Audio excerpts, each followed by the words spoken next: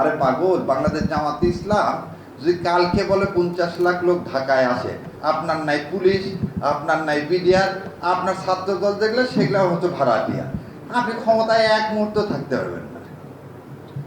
বাংলাদেশে তেল 7 সিস্টারে যাবে, সেই তেল আসবে হচ্ছে মোংলার চিটাঙে, এসে পাইপের মাধ্যমে আসামে চলে যাবে।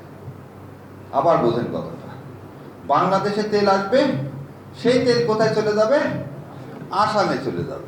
আসাম থেকে তারপরে এই নাগাল্যান্ড, মিজোরাম সব জায়গায় চলে যাবে। আমার বিদ্যুৎ মন্ত্রী এই সংসদে দ্বারা এই কথা বুকে হাত দিয়ে বলতে পারলো না, এই 5টা জাহাজের তেল আসছে, এটা কার? আমার দেশের জন্য না ওদের জন্য? যদি 5টা জাহাজ এসে থাকে তাহলে আমার এত লম্বা লাইন কেন? এটা তো সত্যি কথা যে তেল নাই। এই বিষয়ে কি কোনো সন্দেহ আছে কারো? না। যদি তেল দেশে থাকে তাহলে সাপ্লাই নাই, তাহলে সাপ্লাই দিচ্ছ না কেন? কোন সরকার কি চায় এই তেল এবার বন্ধ করে রেখে জনরোষের মধ্যে করতে চায়? যদি কারো দাসত্ব মেনে নেয়। কারণ ভারত আপনার সামনে একটা বয়ান দিয়ে আসতেছে, সে বয়ানটা হচ্ছে আওয়ামী লীগ ভালো ছিল। তাহলে আওয়ামী লীগ ভালো থাকলে 2 মাসের মধ্যে বিএনপি কি কি কাজ করলো যে মানুষ বলা শুরু করছে আওয়ামী লীগ ভালো ছিল? 2 মাস, বেশি দিন তো হয়নি। এবং 2 মাসের প্রথম কাজটা হলো ভোট চুরি করে তো তাকে আপনি মেজরিটি দিলেন।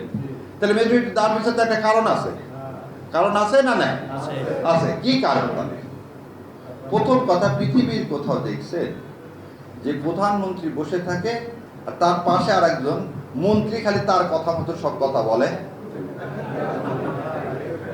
নাই। পৃথিবীতে কোথাও শুনছেন প্রাথমিক বিশ্ববিদ্যালয়? শোনেন, গুম কমিশন আইন, গুম খুন আয়নাঘর, এটাই তো ছিল হাসিনার একমাত্র অস্ত্র, তাই না? তাহলে আপনি গুম কি জন্য বাদ দিলেন? সেটা তো আপনি বিএনপির কোনো কি ছিল না, নোট অফ ডিসেন্ট মানে অবজেকশন ছিল না। তারাও বলছে আমরা গুম খুম চাই না। বারবার বলতেছে না প্রধানমন্ত্রী যে আমরা হ্যাঁ ভোটে ভোট চাইনি? একটা লোক ঢাকার জন্য কি করা যায়? এই ক্রাইসিসটা তৈরি করা হলো যাতে জুলাই সড়কে আমরা কোনো আন্দোলন না করি। আরে পাগল, বাংলাদেশ জামাতে ইসলাম যদি কালকে বলে 50 লাখ লোক ঢাকায় আসে, আপনার নাই পুলিশ, আপনার নাই বিডিআর, আপনার ছাত্র দল দেখলে সেগুলো হতো ভাড়াটিয়া, আপনি ক্ষমতায় এক মুহূর্ত থাকতে পারবেন না। জামাত ইসলাম কিছু বিশ্বাস করে,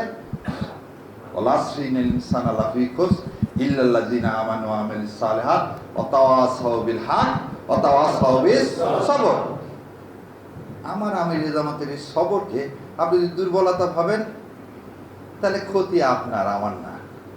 কারণ আল্লাহ জমিনকে প্রস্তুত করছে বলে আপনাকে চুরি করে ক্ষমতায় আসতে হয়েছে, তাই কিনা বলেন? নবী সাল্লাল্লাহু যখন প্রথম মদিনাতে যায় তখন কি তাকে ক্ষমতা দিতে চাইছিল ইহুদিরা? না। আল্লাহ সেজন্য কিছুদিন ধৈর্য করার, সবর করার পর নবী সাল্লাল্লাহুকে বিজয় দান করছেন না করেন? সে কি সংখ্যা দিয়ে?